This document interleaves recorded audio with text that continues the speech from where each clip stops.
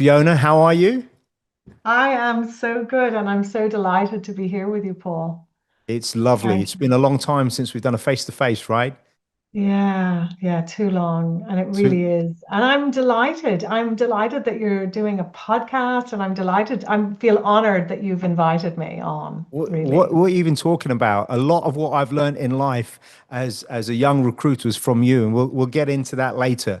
But for my audience members that may not know you, can you be kind enough just to give a quick intro as to who you are, please? Mm, sure. I am an executive, a leadership development, and a team coach. Nutshell. There you go. Learning to be concise. Yeah. Well, what other people may not know about you is that, you grew up as the daughter of a diplomat. Right? Right. Was your Yeah. dad, were you born and raised in Jordan? Yeah, I was born in Jerusalem on the West Bank when the West Bank of Jerusalem was under Jordanian rule. So in my passport it says born in Jordan and lived there with my father worked for the United Nations. So I was brought up there until then they moved to Cyprus when I was 10 and we lived in Nicosia in Cyprus for 3 years. And then my father was transferred to Syria, to Damascus in Syria. And at that point, they decided that the education wise, it would be better for me to go to boarding school. And so many of the UN kids all went to boarding school. So I was sent to boarding school in Ireland then. Yeah. Where in Ireland was that? In Dublin. Okay. Yeah, Alexandra College in Dublin. That was boarding school was not a pleasant time, but it was You formative, you mean right? it wasn't Hogwarts? No? No, far from it, right? But like everything in life, Paul, I can see how being in boarding school helped to make me who I kind of became and who I'm still becoming. I love that. Yeah, we're all evolving. One of the things that my cousins, in particular, my cousin Jane, who works for Accenture, her husband and another one of my cousin's husbands, they always say this to me. His name's Neil. He always says, "Welcome home." And even though I grew up in London, 100% my heart and my soul will always be in Ireland. Yeah. It's just a very special place, like no other, right? Yeah, absolutely. And I only went back to Ireland.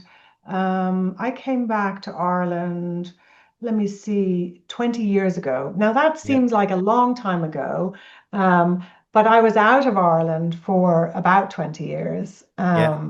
And when I was out of Ireland, I tell you something, which I did a little count of a period of 25 years um, back, before.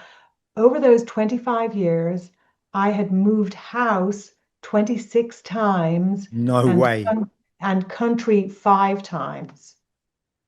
You know what? You didn't find home until you got home. That's what it was. Yeah, yeah. And I love that you're talking about home because actually this concept of coming home, it's one of the things that I talk about. I refer to coming home as really the coming home to yourself Yeah. and that idea. And for you, you've made a life for yourself in Singapore, um, and that's home for you now as well, Yeah. and that's a home, Yeah. a physical home outside. Yeah. But but home is here. Home is Yeah. yeah. Well, there's a Paul Young song that says, "Wherever you lay your hat, it's where you call home." Yeah. And apart, listen, I came back from my mum's funeral. I've not been back to Ireland since. And I think with both mum and dad gone, it will be different. It will definitely be different. Mm. But I'm very proud of my Irish passport. And I don't know. And it's funny because the kids have an affiliation with it because they never saw the house that I grew up in. So they only know the Oh, house that we have in Ireland. And I don't, and listen, I've got a lot of family in Ireland. And when I go there, right. the wonderful thing is no one really talks about work or what you all do, but they Yes. all hand it out to you. And I'm from this amazing clan of women. There are nothing but women in my family. and they have all married amazing men. and Oh, that's and beautiful. it is beautiful like that. These guys would drive, so my cousin's husbands would take turns driving my mum and up and down from the hospital, and they were with her when she died, because I'd been back and forth, as you know, a few times, and Yeah. unfortunately I wasn't there when it happened. But I'm just eternally grateful. And the family has always been run by a couple of matriarchs, and now Auntie Britta's the last person standing. And I can tell you, all my cousins' husbands are petrified of her, but in the best possible way. She's like, I always tease her like she's the godfather, but I'm her favorite, by the way. She always makes me Of course you she are. makes me cupcakes to this day. I think I remind her of my dad, you see. That's what it is. That's Oh, what it is. oh, that's Now sweet. talk us through your journey, like after school, what happened? How did you start your entire career? Mm. Um, okay. I took the scenic route through university. Uh, I I was one of these people who I loved being in the quad, being in the canteen and talking to people. And I was always talking to different groups of people. And then I ended up like there would be groups of people that would go out on a Monday night, and there'd be others that would go out on a Thursday night, and some would go out on a Sunday night. And basically, I went out every night because I had all these different groups of friends. So yeah, scenic route through college, and I ended up uh, getting taking the first job offer that I got because it was like, okay, I've got to get a job, and it was with a shipping company, and my annual salary, Paul, get this, was Go on. 7,000 pound a Jeez. year. You're giving your age away now, Fee. Yeah.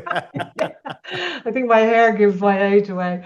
So yeah, so that was my first job, and it was in a shipping company, and I was like agent, like some, shipping agent or something. And it got off to a good start. And then it kind of went wrong. And I think I was in the job about 6 months ago when the director pulled me into her office, and she said, okay, Fiona, it's really not working out here. Initially you showed up with vigor and energy and you were great. And now you're just like, what's going on? So I think, it's better if she was basically trying to fire me, right? And I came out of that meeting, Paul, with a promotion. Why does that not surprise me? So it was just kind of like, oh, suddenly there was like, oh, right, oh, I've got to kind of get in here now and perform. And I Yeah. became a sales coordinator. Then I became a sales manager. And then as a sales manager, they were looking to get this ISO 9002 service quality mark, which no shipping company had. And I took on a project of being the quality auditor to implement a whole quality system. And we got the ISO 9002 certification within 6 months on the first Wow. audit. Wow. That's And unheard of. yeah, and me knowing nothing about quality or processes or anything at the time, but uh, so we all went out to celebrate that night, and I had worked crazy hours getting this thing over the line, crazy hours and weekends and months, and so the following day I slept in, and Okay. the phone rings, no mobile phones, the landline is ringing. I wake up, I run down the stairs, I pick up the phone, and it's one of my colleagues going, where are you? The management meeting is about to start and she's furious because you're not here. I was like, what? I was like, oh my God, I got to get in. Right. This is 3 years. I'm 3 years in the company now. And I was trying to race. And then I said, hold on a second. You know what? Tell her I'll be in at 12 o'clock. Boom. Went back to bed, got up later, had a shower, walked into the office, and she's sitting at her desk, and she's like, oh, Fiona. And I said, yeah, hi, Therese, I'll be right with you. I'm just going to make myself a coffee. Shall I make one for you too? And I was so calm, and she was really taken aback. And and she was like, what's going on? She said, meeting room. Okay, meeting room. And she starts going on and me not being there and me, and I didn't even bother. I didn't bother with all the work that I had put in, the getting the quality audit, any of that. I just said, yeah, that's okay, I resign. Good for you. And she was so horrified. And anytime anyone had ever resigned before that, they would be, immediately walked out the door. Yeah. I was on a 1 month notice period, and the CEO came in. She was the director. The CEO came in and asked me, would I give them 3 months so that they could have time to have a handover, find a replacement for both my jobs in sales and in quality. So I stayed the 3 months, and yeah, that was the end of that glorious. Have you always been calm under pressure? That's an interesting question. Because you've never My been husband impetuous or would tell reactive. you, my husband would tell you that I'm not. I um, bet. it's really interesting. You're immediately reminding me of I had a 360-degree psychometric assessment done when I was working in leading consultancy in Dublin. And in the 360, Yeah.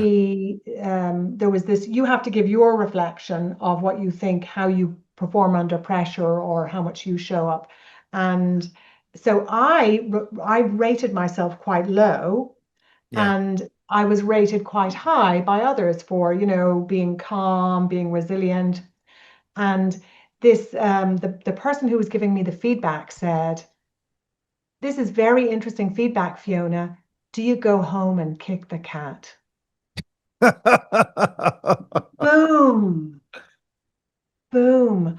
I honestly, Paul, it was such an awakening for me that I was really good at holding it together in my professional circumstances when I was with others.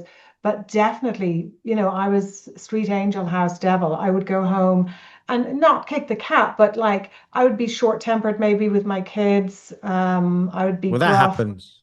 That's You very know, normal, isn't it? but it's this understanding. So starting to really recognize, and this happens a lot for people, right? Starting to recognize that, if you hold on to things or you're not authentic in a particular meeting, that you Yeah. might take that residual anger or bitterness into the next meeting, and then Yes. you're showing up with this residual anger, and it's got nothing to do with this person, it's to do with this person, right? Yeah. So starting to make people aware of that. That was one of my starting points towards my coaching career later on. So that's We'll come back to that, yeah, but yeah, I do yeah, agree with you. Sometimes you need a respite in between, but there's something that I always say to people: it takes one fisherman to see another fisherman or woman, and when you identify that, you can see that. So if you see someone that gets riled up and you relate to that, you yeah, can kind of pacify it. Now, yeah. how did you fall into recruitment? Did you fall into recruitment like Mm. 99.9% of us? Yes. Yes, I fell into it.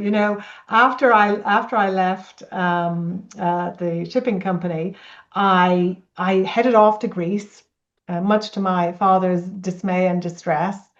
And I worked in a bar in one of the Greek islands for a summer season. And while I was there, Wow. I met an English guy, and we ended up going back to the UK. And we were working in a bar, and then I was applying for jobs, and there was Mm, a job.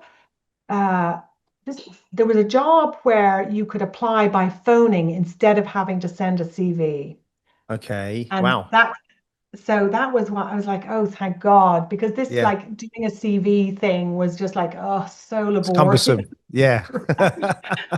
And great, I can just phone someone. So I phoned up and I said, oh, is it job, what's it, and it was, they were doing a recruitment drive, and they had a whole day assessment center where they were bringing a bunch of people um, in for assessment. And I was there with Neil Humphrey, who was the regional director, Lawrence Hopkins, who was the whole director of like the whole of the North. And I was assessed amongst all of these other people and I was offered the job.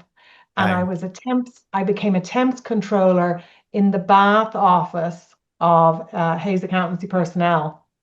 And there was two other people in the office.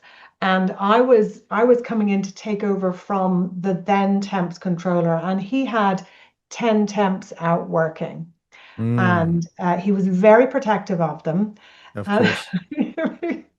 so he was training me. I remember on the first day, right? So he's there and he's telling me all the stuff and he's handwriting. Here's the temp, here's the hourly rate, this is where they're working, and I'm looking at the book because it wasn't even computerized then. It was all done by paper.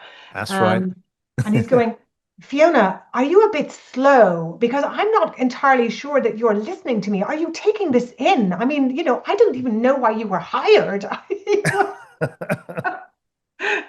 I mean, I think you'd probably be fired for talking to someone like that nowadays, right? But I was Yeah. like, no, I'm fine. I'm just like taking it all in because I'm really not convinced about you and your ability. So fast forward a year and a half later, and I had the biggest book of temps. I had 150 temps out working. And he was like, Wow.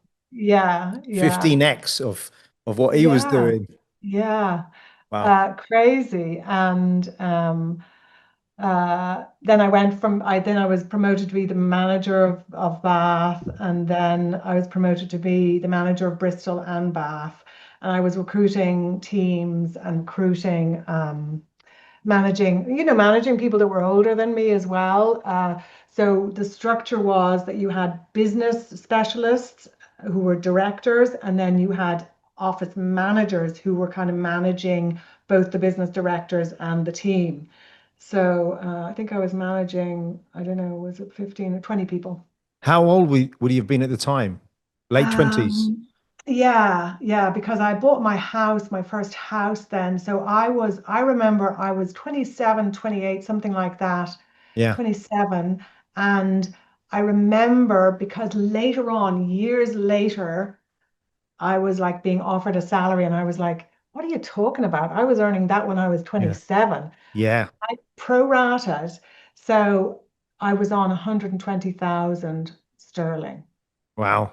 Like I was on 120,000 sterling, but that was with my commissions, right? Because Yes. I'd gone through all of the crazy targets. So that was very good money Oh, for so that. it's amazing. It's amazing. Yeah, Listen, it doesn't surprise me about you. By the way, it's not something I thought about, but I think if a recruiter comes up through the temp desk, they bring with them a certain level of momentum and velocity that is often lost on the permanent desk because, if you're only making 12 placements a year versus you have 150 temp guys out, everything yeah. changes.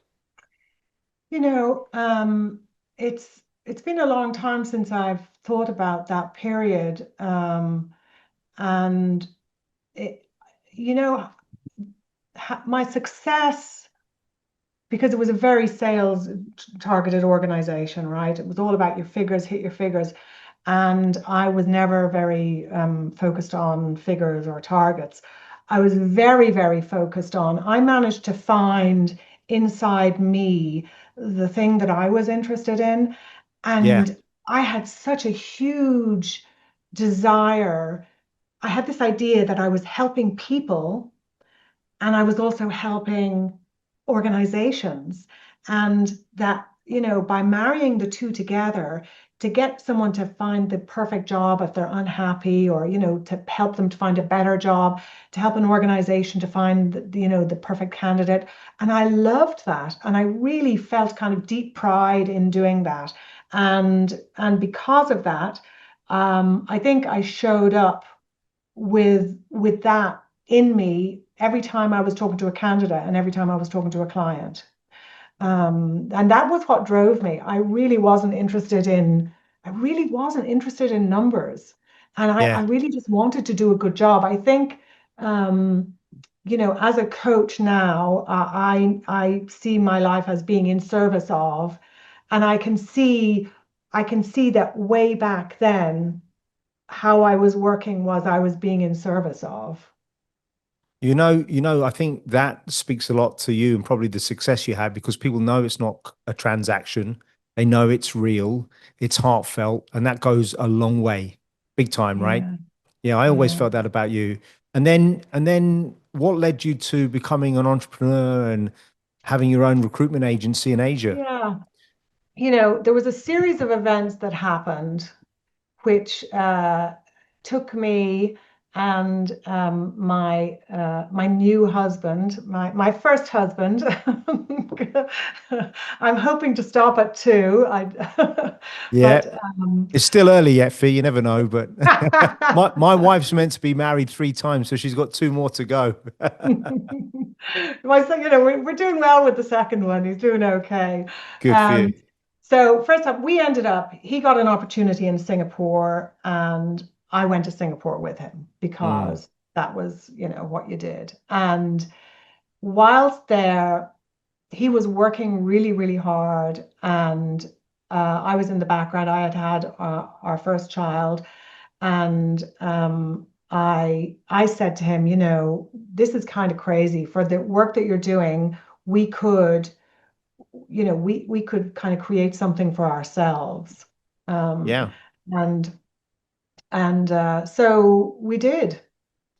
We co-founded McKenna James, and he was the, if you like, the kind of the business, the numbers, that kind of thing around it. And I was more of the people and the training and the um, getting things going. And we ended up with an office in Singapore, an office in London, and then a third office in Hong Kong. And I think at our height, we had 50 employees, all, very high level, professional, um, really driven people doing either the face-to-face recruiting or then also doing research. I mean, my take is I've had the privilege of working with a lot of different people over the years, but what always made you stand out was it was as simple as this: you cared, you listened, you asked questions, and it was over 20 years ago. But I remember I would when you'd moved to Ireland, I would call you many evenings. It would probably be morning your Yeah. time, and I thank you for your wonderful counsel because it meant a lot to me, which brings me to the next part of your chapter, which was coaching, right? Well, there's some bits in between, but when did you Yeah. realize that coaching was really perhaps the chosen path for you? It was what you were made for? Well, yeah. Um, you know, I talk about the whispers of the universe, right? And I, looking back, was able to see that coaching was whispered to me a couple of times. One Yeah. of my clients in Singapore, and when we hired you, and then I was introducing you to my banking clients, um, and really feeling that they were in very good hands. And I'm so delighted with the career that you've had. I just think it's wonderful what you've done and what you've achieved, and Thank the you. huge respect that you have garnered across the private banking and banking sector across Asia. Really, I really admire you, Paul, for that. That is no mean Well, feat. listen, you had a big part in my journey, so thank you. No, God, honestly, such a pleasure. So, you know, the CEO of one of the banks, he had said to me that he was having a coach because he was going back to Europe. And I Mm. said, wow, what's a coach? I didn't realize that was the genesis fee. I didn't know that. Yeah. So he was a wonderful client and a wonderful man. And he kind of said, oh, I think that you'd be a wonderful coach, Fiona. And I was like, oh, yeah, great. Anyway, so fast forward, um, I split up with my husband. And, I will say that the hardest thing about that split up was actually leaving the business because I loved that business so much. But I went Yeah. back to Ireland with the two kids and had to kind of reset myself up. So I did a bit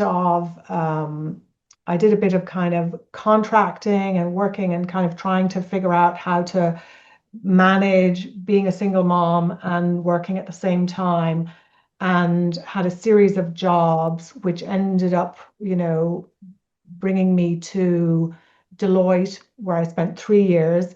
I would say working in Deloitte was probably the hardest 3 years of my career. You know, Really? Why? yeah, yeah. Like I would say working in Singapore was the happiest in my career in terms of building professional relationships, working with CEOs of banks. I mean, I loved my work. I loved Yeah. the relationships. I loved, and then the hardest was Deloitte. And I learned a lot from both of those experiences. And Deloitte was hard because it was, I had grown up in small businesses, in small, well, no, Hayes was big, but wasn't the same as Deloitte, right? And the trajectory for career paths, the structure of career paths for people coming in, the expectations, the professionalism, the polish, the review, performance review processes, the tools and models that were available to you, even just the systems that were available. There was learning curves, technology-wise, learning curves with competencies, frameworks, models, with just the language, right, of consulting. Yeah. Um, and it was so formative. I am so grateful for those 3 years because when I was in Deloitte, I started getting involved in delivering talent development programs for clients. And we would go in and we would run assessment centers and we would uh, help to identify talent and create succession plans. Yeah. And what we discovered was that the more one-to-one time that an individual had with me, the kind of the faster they seem to pick up, the better the change, the better the transformation.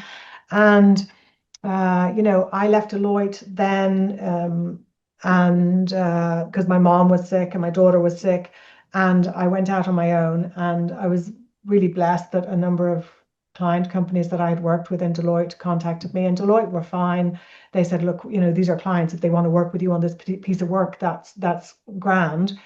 Yeah. Came to me and they wanted to work with me, continue to work with me. And the projects that I was doing, I was running these talent development centers and bringing in other assessors. They're quite complicated, a lot of logistics, big report writing. And I was, writing very detailed reports, which would basically be enough feedback and input for someone to create a development plan for them for the rest of their lives. Wow. Um, and over time, I changed how we ran the centers and I changed how we approached it. And I implemented more of a drip, drip, drip effect rather than this big, long process, which ended up with someone being hit with a report at the end, where suddenly it's, by the way, this is who you are, right? And this is Mm. how you're performing.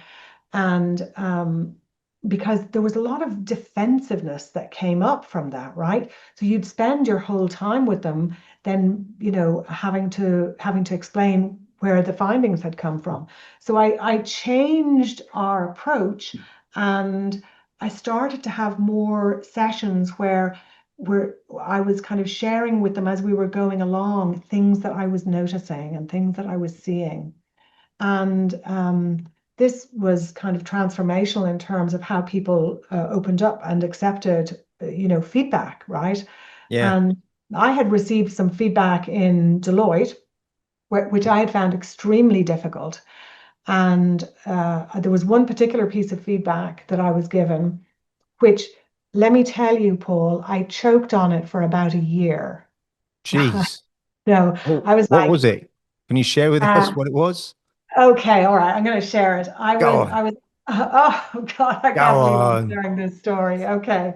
So I'm at the photocopy machine and I'm like, not really that interested in tech stuff. Okay. So I a bit lazy, kind of say it, like couldn't be arsed to figure out how to work this. I mean, when I say photocopier, this thing, Yeah. looked like it was about to launch into space, right? It's this size, it's huge, and it can do everything except maybe launch into space. So I'm like, scanning my card and trying to push a button and going, oh, for God's sake, how does this thing work? It never works for me. And there's a couple of junior people all sitting around me, all, fiddling around with slide decks. And I said, look, could you just come and, I just want to focus, could you just come and do this for me? Because I'm a tech dinosaur, right? So that's grand. The guy, comes and does it. And I'm like, great, thanks a million. And I'm delighted because I haven't had to waste time figuring out a machine I've no interest in using too often, right? Yeah. I'm walking past my manager's office, which is a glass with the door open, and he's heard this whole interaction and he calls me in and gives me instant feedback. You made yourself look like an idiot there. You look like the old person who doesn't know what they're doing. And, you're really doing yourself a disservice and you're making yourself look stupid and you're not stupid. And, he was trying to do me a favor, right? He really was. And I was furious. I was I was like, how dare he kind of say that I'm looking like a fool and those people don't give a shit. They're just like, I'm just like photocopying. Who cares, right? I can't remember the exact thing that happened, but it was almost so for a year I would go, can you believe that this guy said this to me, to anyone who was willing to listen, right? I can't remember what it was that I suddenly went, boom. And I saw it and I went, oh, how other people see you. Yeah. How Yeah. other people see you. You Yeah. don't know how other people see you because they see you through their eyes. And Yes. I suddenly had this understanding of this whole new perspective. And I was so appreciative of the feedback in that moment. And I had this love of feedback, and I really believe that feedback is the gift that keeps on giving. Yeah. Um, and because of that, that was why then with the talent centers, I was courageous and diligent and persistent in being determined to help people to put the mirror up to their face and to show them, look, just see this, because maybe this will help you, right? And with love and with tenderness and with care. And I just found that it landed. And it was really interesting because with one of the companies I was working with, one of the women came in, she came in and she said, I've been told, and this is like the pre getting ready for the assessment center. He said, I've been told that you make people cry. And, you know, it was kind of true, but it wasn't that I made people cry. It was that Exactly. when I was having that first meeting with them, I Yeah. would sit and I would listen to them and Yeah. I would And they would hear share. them Yeah. and they would share. And when they shared, I would like go, wow, what was that like? Yeah. And in the being seen and being heard, this emotion would come up, Yeah. right? And I always say tears are the golden thread to the soul. I love it. Um, and so it was a kind of like an opening, a thematic opening. And in that space, there would be this kind of trust built and a care, and there's a vulnerability when people open up like that. And then you go on a journey with them after that. So that would be the first meeting, and then so a lot of trust. So that was the starting point of getting into coaching, and that was so I think it was maybe 10, 12 years ago, I actually did my first coaching qualification after Yeah. doing all of that work and realizing, oh, I'm doing this work, maybe I should get a qualification. Well, you were a coach years before that. Just you hadn't qualified. You were my Yeah, coach. You know, the yeah. one thing, I don't have regrets, but can you imagine if you and I worked together for a decade, what we would have accomplished and how much Oh fun we would have man. had? It would have been Yeah, crazy, right? It would yeah, have been so crazy. good. Well, I mean, I really do think that, Paul, because when I look at what you've achieved, I really admire you for it. And I like having the crack as well. I do enjoy it. well, it's really important, isn't it? Yes. And It's so having a laugh important. is so important and not taking yourself too seriously, right? Oh my goodness. I'm 47 and I still have Friday wind-ups where we do gags and we take the mick out of people. Sometimes you're on the wrong end of it. I've never been caught yet, but I actually called one of my bosses who worked on a building site, and I called up and I said this years ago, but I called up and I said, can I speak to Mr. Kinghorn, please? I'm calling from the Inland Revenue. And he said, I'm in hospital. I said, that's just as well. He said, what do you mean? I said, well, you're going to have a heart attack when I tell you how much you owe us in back taxes. And he said, that's not funny. And I'm dragging this out, and he's sweating it. And turns out he really was in hospital. And then at the end of it, I just said, by the way, if you want to speak to my supervisor, his name's Paul Quinn. And he goes, you, and he hung up. And he said, you got me. But listen, he deserved it. He used to pull pranks on me. Um, Let me ask you, in terms of modalities, you've blended neuroscience, somatic work, systemic coaching. How do you know what or which modality to lead with a session? Because Mhm. that's a skill, that's experience, that's exposure. Um, when when when you're with a client, and whether that's in one-to-one coaching or a team, I have learned to trust my wisdom. So let me explain that. I I see coaching as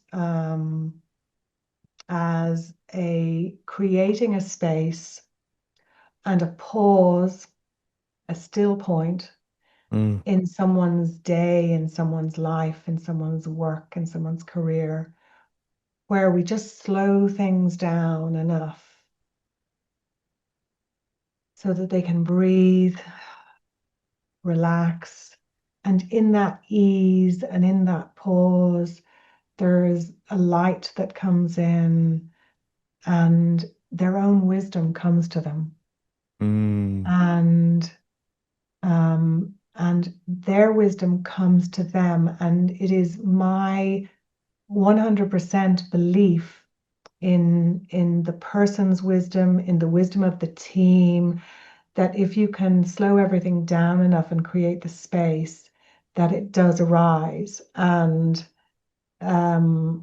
it, and I'm through the work that I've done over and all the courses and all the stuff, um, I am very in tune with my own wisdom.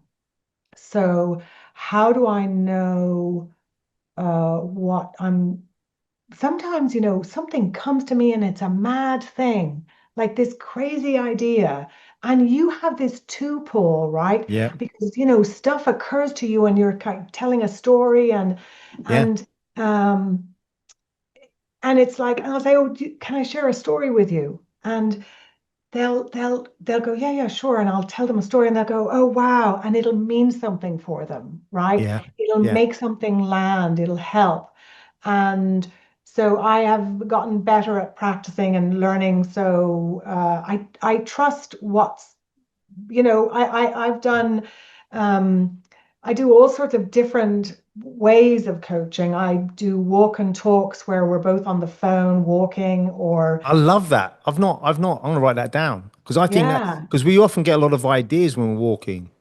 Absolutely. And there's so, if you think about it, one of the things that I was teaching people years ago to do was, as a manager, if you're in a stressful situation with some kind of a confronting, difficult, what you want to do is you want to get away from the defensiveness. A desk is a terrible thing because it's creating a barrier.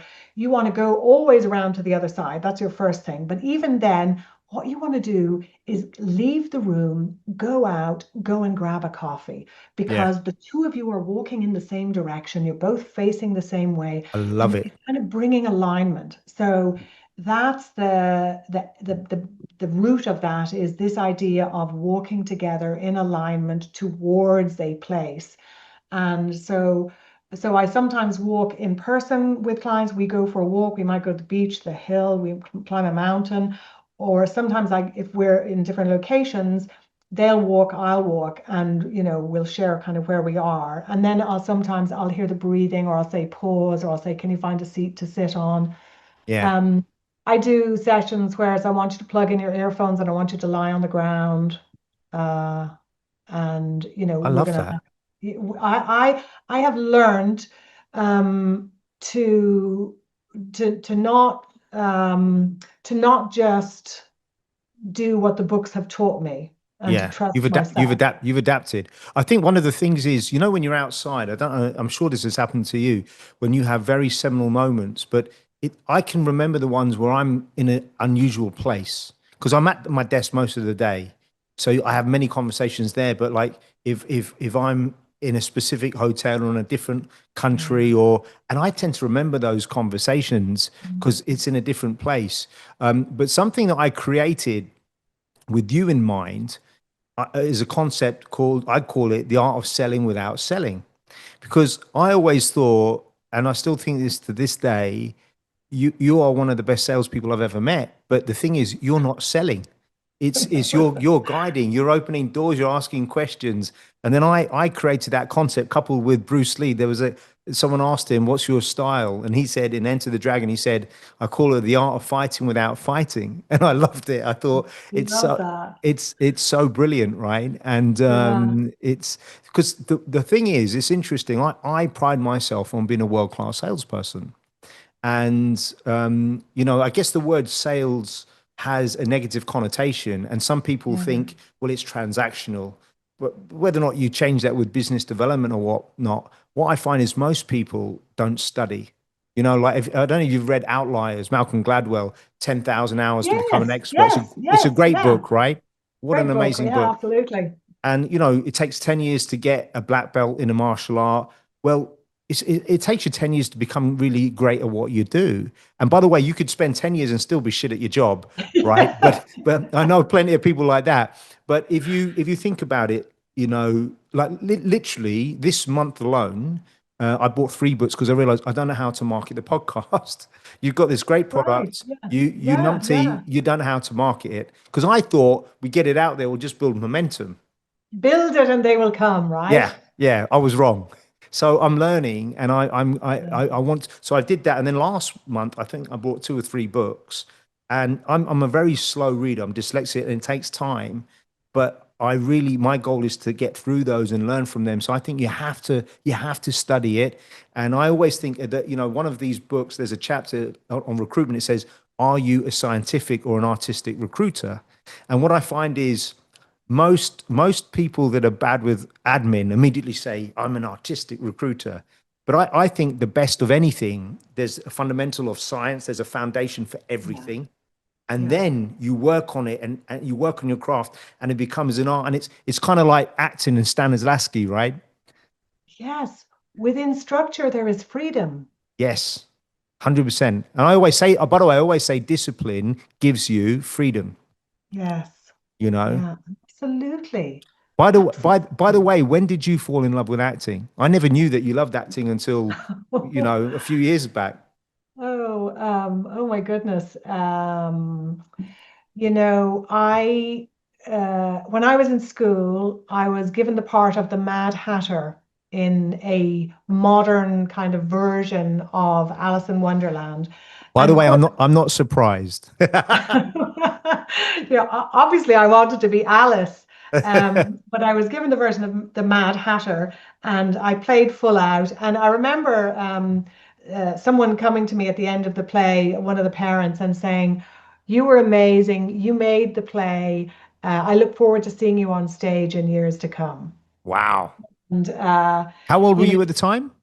I was probably about 17. But that left an impression on you, right? Those small few kind words. Yeah, no, absolutely. Those, I mean, wow, don't our teachers like everything that happens to us leaves a mark? Yeah, And if we think about that for ourselves, I say that we leave our fingerprint on everywhere everyone. we go, every, 100%. every situation, and what's the fingerprint we want to leave, Yeah. right? And all of those fingerprints at the end of our life make up the culmination of our life. So, what is that story about us? And so, yes, it made an impression. Interestingly, I kind of I had this it didn't make me go out and make it happen. It made me Okay. sit and wait for it to happen. Oh, I was like, really? I was kind of waiting to be spotted. That's I not the applied, business. Yeah. yeah, I applied for a drama degree in Trinity and I didn't get in and had zero resilience and immediately said, "Oh, I'm not good enough. I won't do it." Yeah. And that coupled with my parents telling me who did I think I was, it's interesting, right? All of these things, we are shaped and formed by so much, and a lot of that starts with our parents. Um, so when I came back to Ireland, having left Singapore, one of the things that I did was I got back into acting. I needed I needed to feed my soul when I came back. I I was needed going to to say do Yeah, I needed it's to a do present to things. yourself, right?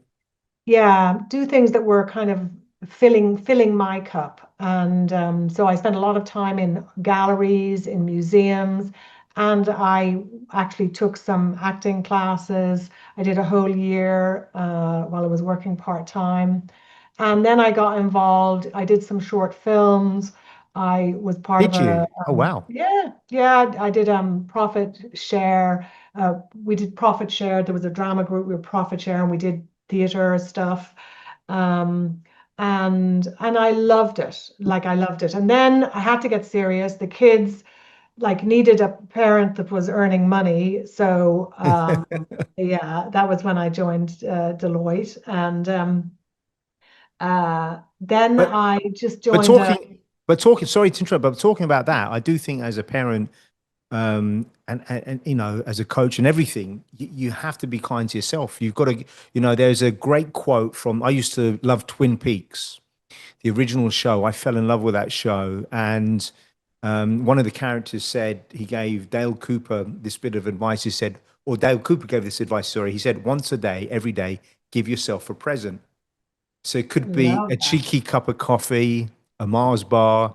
I mean, my Yeah. problem is I give myself too many little presents. That's the problem. But I took it to heart. But I think if you don't do that, you kind of lose your way. And I Yeah. have got a client of mine who's a CEO, and he said, I want your lifestyle. You're flying into Vegas or New York for the weekend to watch a play. I'm planning to go to New York just to watch Othello, by the way, because Denzel Washington Fabulous. and Jay Gyllenhaal are in it, right? And Oh, it's not cheap, but when yeah, you get to yeah, watch, a lot of people don't know this about Denzel, but he's a theater actor first, yeah. right? And and I said to him, and he was kind of joking. He said, "Look, are we paying you too much? Do you only get time to do work?" And I said, "Mate, if I don't do those things, then I'm not being me. If Yeah, and like holidays, I always feel that holidays, they're an entitlement. They're a privilege in the way that you view it. But if sure. you have a holiday, once during summer, if you're fortunate enough just to take a break, go somewhere, one at the end of the year, however it works, you have something to look forward to, and you have that respite. And if you're not kind to yourself, you're gonna burn out. You know, Yeah. And I see it so often where I think one of the ways that I say it is that music is made with the space between the notes because otherwise it's just noise. I love that. And um, we come back fresh, revived, with energy. So those breaks, those pauses are so important I for. thought you were going to quote Duke Orsino in Twelfth Night. If music be the food of love, play on. That's what I thought you were going to say. You talking about? I've never really had great teachers, unfortunately, and I did have a marvelous theatre studies teacher called Renata Nash. She's passed away sadly, and I wanted to go to RADA, and I said, "Look, I'm going to get in. I'm all in. I can do this." And I didn't know that. yeah, I Wow. studied theatre studies A level, and I was very good. I thought I was very good. I had the Hmm. chops. But she said to Yeah. me, she said, because she knew I worked full time throughout college at the time, and she said, "Look, Paul, you're sure you're okay looking, you can't sing for shit, and you're an okay dancer, but you're short, by the way, Paul. You're short, so I don't know how much work you're going to get. And she was just being blunt with me. And but I did listen to it because she introduced me to quite a few actors at the National Theatre, and I met quite a few people. And what I realized is, even if you get regular work, because I asked them, if you don't mind me asking, how much money do you make? And they were making about £8,000 a year, and that's if they were working, And then Yes.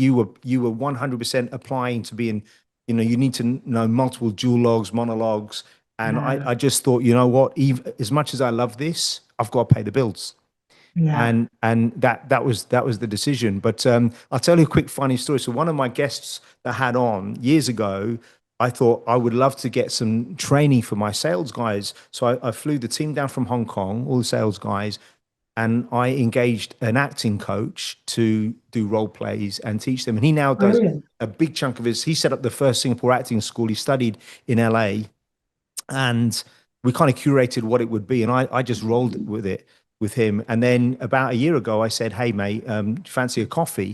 He goes, yeah. And he goes, what's it about? And I said, well, you're going to put me in a play, we just need to choose which one. I'll see you tomorrow at 4 o'clock. So I turn up, and he said, what harebrained scheme have you got? I said, I've got no hair, let's talk about it. So there's a shout out to Camille Huck, and he said to me, look Paul, you want me to put you in a play with professional actors that are going to take this seriously? I said, mate, how I do anything is how I do everything. I'm all in. That's Yes. all you need Yes. to know. Amen. So then he said to me, yeah, but you haven't got time unless you can leave work early. Now, to be fair to him, I couldn't do that because it's all in, right? And Yeah. then Yeah. I said to him, well, let's come up with a solution. So he said, well, I put on a thing twice a year where I get the best guys in the group to get up and talk for a few minutes. It's not a monologue, but they tell stories, and you could audition to do that. And I said, when? He goes, well, when everyone auditions. And I said, fuck that, let's do it now. I'll tell you two stories. Your ears will be bleeding. You'll have to edit this. We can't use those. And we're in a coffee shop, and he was having mint chocolate chip ice cream, and basically he was just, me, he was in stitches, and he said, you're in. Anyway, I then said to him, what about putting me in a solo play? Because do you know A Bronx Tale, the movie? No. It's an amazing movie. So I went to a Patrick Bet David conference in Miami about 2 years ago, and it's for entrepreneurs. Mm. And they had a closed arena where the writer of that did a one-man play, and it was, I think it's an hour and a half long. And this guy Chaz, I'll butcher his surname. He's an Italian mafioso kind of guy, and he couldn't get any acting parts because he was always typecast. So he wrote this play, and it was about his childhood growing up in the Bronx. And lo and behold, Robert De Niro read it, and he bought the rights to it and made the movie. So he stars in the movie. Right. And Okay. I'll and pick and it up. it's yeah, I'll send you the link. And it's a great one man show. Now, what I Mhm. realized Mhm. is that guy was so amazing to have the energy, because he's basically, it's all through his eyes, but he puts on accents of different characters, but he Yeah. lived that journey. And then Yeah. Camille sent me three plays to read, and he said, do not watch them, read them first, which is Yeah. difficult, right? Yes. Yeah. But I digested them, and I said, no, I can't play these roles. Like one of they all had a nasty side. Like there was an intimation that this guy was molesting his child and stuff like that. And I said, if I'm Mm. going to do one show, people are going to remember me for this. I'm not a full Mm. time actor. Right. So, Yeah. but that I want to do a show, and I want to show the kids, because one of the things talking about the kids that I've realized is, like doing the podcast. I think one of the reasons why I wanted to do is also show them, if you want to try something, do it. Don't worry about failing. No one's really watching. Yes. Just go in there and Nobody's believe in watching. yourself. Yeah, no one's watching. And look, someone could run down the street behind me, and we'd have a giggle. We'd forget about it 5 seconds later, right? Yeah. Yeah. But it's so interesting. Okay, I've got some So questions for tell you. me, no, I have to Yeah. ask you, did you do the play? Have you I done haven't done the it? play yet. No, he's pitching me a few, Okay. but I said to him, you know me, I'm an extremist. I said, why don't I write a play? Yeah. Why don't I write a play? Yeah, Which you should is do that. You should that's write yourself a monologue, a well, one-man play. the play that I'll probably edit this later because I don't like talking about it that much. But when I did my A levels, I did Spanish play written by a guy called Calderon that was translated into English. And effectively, my character was born in a prison, and he's I chose this part because I knew it would be very moving. So you had the three Mm, examiners, you had all your classmates, some parents would turn up, and I invited some of my male friends, but I didn't tell mm. anyone apart from my classmates what it was about. And my scene, I was getting raped, and I had a spotlight on me, and all you could see was the top half of me. And let me tell you something, it captivated everyone. My mates, they were meant to go for a pint with me afterwards. They couldn't even look at me for about a month, and it was so moving. But I knew I had the examiners because I could see the tears in their eyes, and it was very very powerful. And I just think acting is just such a gift, and I just like my son wants to be a movie maker. And he's acted in quite a few things. I actually think he should be in front of the camera, with those looks. Why not be in front of the That's camera? interesting, but you do see that a lot of actors move from being from acting into directing into Yeah, producing. It's kind of a yeah. natural, and they have the whole sense of film. And there is so much learning that comes from acting, from taking on another persona, right? You have to kind of Oh, take off the your own kind of skin. You have to take off your own beliefs, your own values, and put on someone else's. And yeah. I think that's really good for expanding the mind and learning how to see other perspectives. And it's, you saying that you didn't want to do that, rape scene, which I completely get. I think I would have some hard lines around what I would do. Um, there's a judgment. We have a judgment there, and we're like, so it's really, it's the judgment that's stopping us. And the thing is that that, you know, everyone is always doing what seems right to them Yeah. in that moment, believe it or Yes. not, everyone, Yes. regardless, with their current level of understanding and skill and ability in the universe. And yeah, But you couldn't play that part if you were S- feeling judgment because you would be carrying Stanislavski judgment. played a big part. Like, so in Stanislavski, he talks about the magic circle where you're there Mm, on stage and you look. And I remember, acting in The Seagull, The Cherry Orchard. I remember utilizing this whole methodology where I could almost smell the sakura, yeah, the cherry yeah, blossom. And when I talk about deal negotiation, I always, because for me, it's like you have to, it's a win-win for the clients, a win-win for the candidate. yeah, It should be transparent, and yeah, and we don't mess around. So I don't go in and negotiate. We make it work. And I say, yeah, look, if you ask any corporation what they want to make an offer, typically the offer's here. What the candidate wants is here. And I call the yeah. gap in between the two the magic circle. And I took it from Stanislavski, and I just changed the nuance of it. Brilliant, Yeah, I love brilliant. it. So just talk to me a little bit about transformational lessons. So when you look back at the last, however many years you've been working, without mentioning it, what do you feel that you've learned in terms of the hard way, right, to really become the coach that you've become? Is it been through falling down and picking yourself back up? Yeah. Yeah, so many lessons along the way. I mean, you could do a whole podcast just on all the lessons, right? Um, and what when I say the words, what doesn't kill you makes you stronger, Yeah, I mean that from a place of felt knowing, like yeah, it's a noetic experience, right? Um, I remember when 9/11 happened, our business was struggling a little. We had some problems in Singapore, some problems in Hong Kong, and the London office was bleeding money. But we were at this point where we had done a pivot, and we were literally sitting on probably about 500, 700,000 worth of deals, which were literally just about to drop, waiting for the offers, all from American firms oh no, to UK candidates. And it was this beautiful, we'd found this sweet spot. It was just building momentum.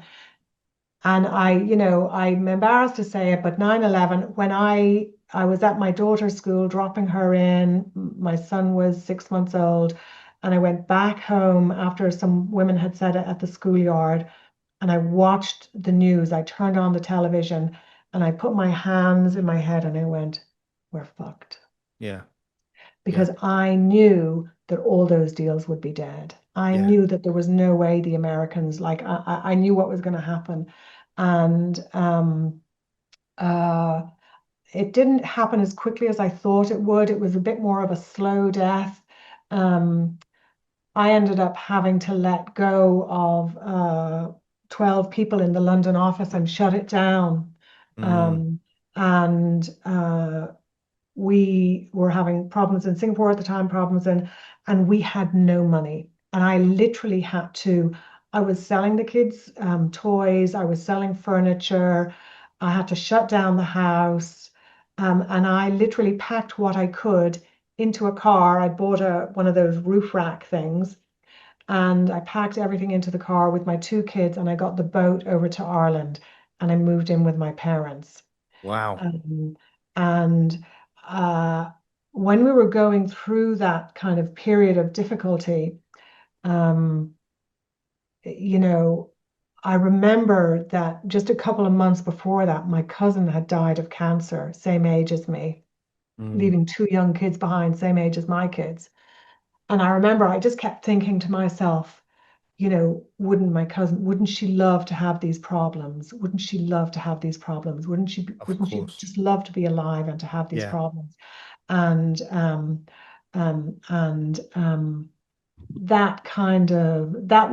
that's probably, one of the big moments. And then, there was things in Singapore. There's all sorts of personal ones, like business ones, learnings, so many learnings along the way.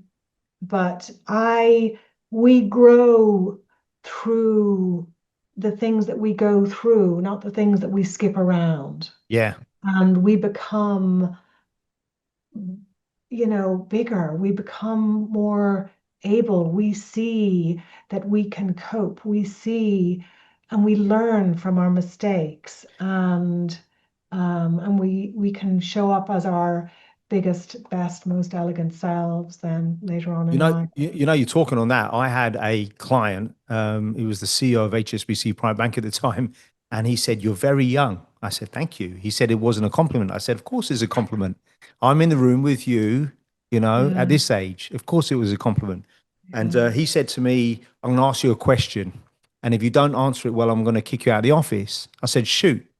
And the head of HR, bless her, she was very embarrassed. She felt like, "Oh, poor Paul, I put you in this situation." And the HR director, and they were looking at me for a reaction. It was quite hilarious. And you know me, I don't give a shit. And I said, "Yeah, shoot, what's the question?" He said, "What's your definition of success?" And I said, "It's how high you bounce once you reach rock bottom. And with that fella running Southeast Asia, you're there." And he said, "I've got another." He started laughing. He goes, "I've got another question for you." And I said, "Well, that's a 50,000 US dollar retainer for the second question." He goes, "You've got it." And then he said, "How do you?" And I did my research. He was an ex risk manager that became the CEO. He said, "How do you deal with mistakes?" And I said, "That's easy. Zero tolerance, baby." And I was 27 and he loved it. And then I never forget it. I placed the head in Singapore. All these years later, he and I are very close friends. I've had him on the podcast, and Um, just one candidate. I just introduced one candidate, and it was done. And we've been, yeah, great friends ever since. And it was That's a big, it was amazing. a big fee. I remember two hundred eighty Yeah, six thousand $250. I remember. But you remember those things. Okay, yeah, I've got some questions for you. Rapid fire. So, what's the yeah. one book that's greatly influenced your mindset?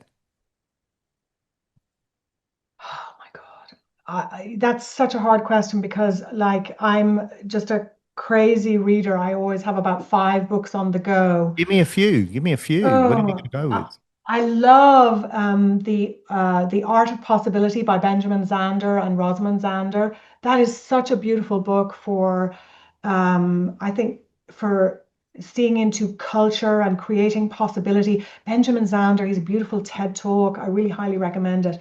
Yeah, I've not He's heard of a it. he's a conductor, Okay. Wow. and he also he's done this beautiful work. For me, The Little Book of Clarity by Jamie Smart. Jamie Smart is one of my coaches and gurus. I have learned so much from him and I love him. And The Little Book of Clarity, more so than the Book of Clarity, which is a bit big, but The Little Book of Clarity is just, it's digestible. Yeah. The book that helped me to come into just being myself Yeah. and just saying, look at The Ultimate Coach by Amy Hardison. Okay. Amy Hardison wrote that book about her husband, Steve Hardison. And Steve Hardison has been so amazing to me. He's a wonderful mentor and a wonderful coach. And he's based over in Utah in America. Uh, Amazing, amazing man. And it's a monster of a book, right? Okay. And when I was reading it, I was going, oh my God, this guy loves himself. This guy loves himself. I mean, what? And then, Clicked at Paul, it. I realized, oh, he loves himself. Yeah.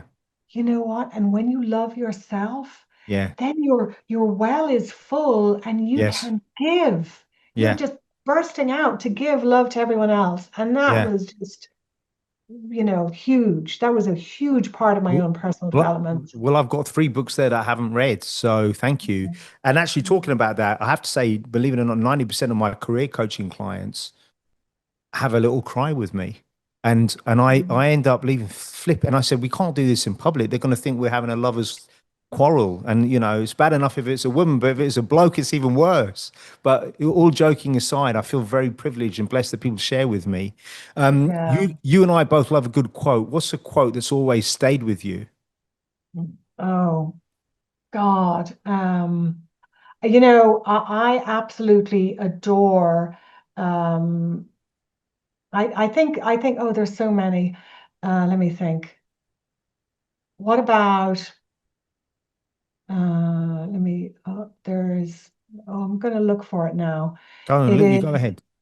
okay. Hmm, By the way, Muhammad Ali was asked this. I think it was in a Harvard conference when he was on a hiatus because he didn't want to serve in Vietnam, and they said the crowd kept saying, "Champ, give us a poem, give us a poem," and he said, in the moment, he probably had thought of it obviously beforehand, but he said, yeah. "Me, we." Oh Oh, wow. and it was Mm. like it was so powerful. I remember watching that, and he was on stage, and you're surrounded by the best that are challenging you, and he was on another level. Okay. Well, let me read this poem to you. Please, Do you know Marianne Williamson? yes, Our Greatest Fear? no, I don't know that, but go for it. Okay. Okay. It is our light, not our darkness, that most frightens us. Our deepest fear is not that we are inadequate. Our deepest fear is that we are powerful beyond measure. It is our light, not our darkness, that most frightens us. Ah. It's We beautiful. ask ourselves, who am I to be brilliant, gorgeous, talented, and fabulous? Actually, who are you not to be? You are a child of God. Your playing small does not serve the world. There's nothing enlightened about shrinking so that other people won't feel insecure about you. We were born to make manifest the glory of God that is within us. It's not just in some of us, it's in everyone. And as we let our own light shine, we unconsciously give other people permission to do the same. And as we are liberated from our own fear, our presence automatically liberates others. Wow, that's so powerful. My wife will love that, and you read it extremely well. That's very I powerful. just, that's, it's the fear, right? I see it so often with people that fear just holds us back from being who we're supposed to be, and um, yeah, living beyond, going through. That's I that feels I like don't know a if you've really good noticed. place to end. No, it's well, it's so powerful. I don't know if you've noticed this. A lot of my observations with a lot of the ladies I'm privileged to work with, if so you have this exclusive group of ladies that are world beaters, and they make the hardest of men look like pussies. And there are Yeah, those women, but they're very few, and they are tough. They've got a concrete mindset. But there are a group of other women, and a lot of women I know, that if they're faced with a challenge, there's this, uh, imposter syndrome, there's a little bit of inertia, and they will go into themselves. But if you take your average man and say, look, this is the challenge. Most men will do this. They'll buff their chest up and bullshit it. They'll blag it. And I hate to say, I've seen more often than not when you do that, and there's a short list of two candidates, it's the blagger that will walk into the job, sure. you Yeah, know? absolutely. And No, it's no, it, absolutely. And there's been all sorts of research on how the percentage of women and the certainty and how they show up at interviews and how certain a woman has to be about her skills and ability in order to be able to kind of show up at an interview fully kind of prepared. And it does tend to be kind of gender specific, but um, yeah, I wholeheartedly agree with you that I personally think that women are the creators of life in more ways than one, oh yeah. and have all of the strength and beauty beyond what they know of. And yeah, it's just about remembering who they really are.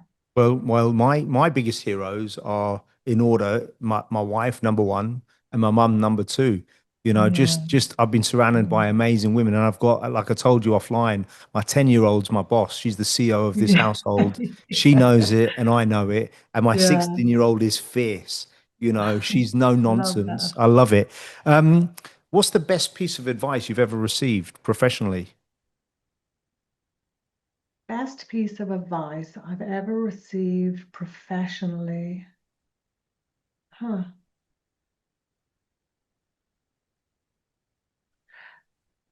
I think, I'm gonna give that to one of my supervisors, my supervising coach, Dr. Hilary Lyons. And she she kind of said, "So what?" and invited me to bring a little bit more of "so what." Yes. This kind of holding it more lightly. This let it is another way of maybe letting go of fear, not overthinking. So what? So Yeah. what? You want to watch a little bit of reality TV? Yeah, so what? Yeah. Right? So Yeah. what? You could do it. Doesn't have to be either or. I find there's a lot of polarities in life where people get caught up with either or. Understanding that you can yes and things is a big plus. So yeah, so what? Yeah. And Weird. I can't believe that came to me. no, but I love that, and I think the older I get, if not now, but when, right? All in, baby, all in. Yeah, Um, yeah, I love that. if you could give a TED talk on any topic, what would you choose?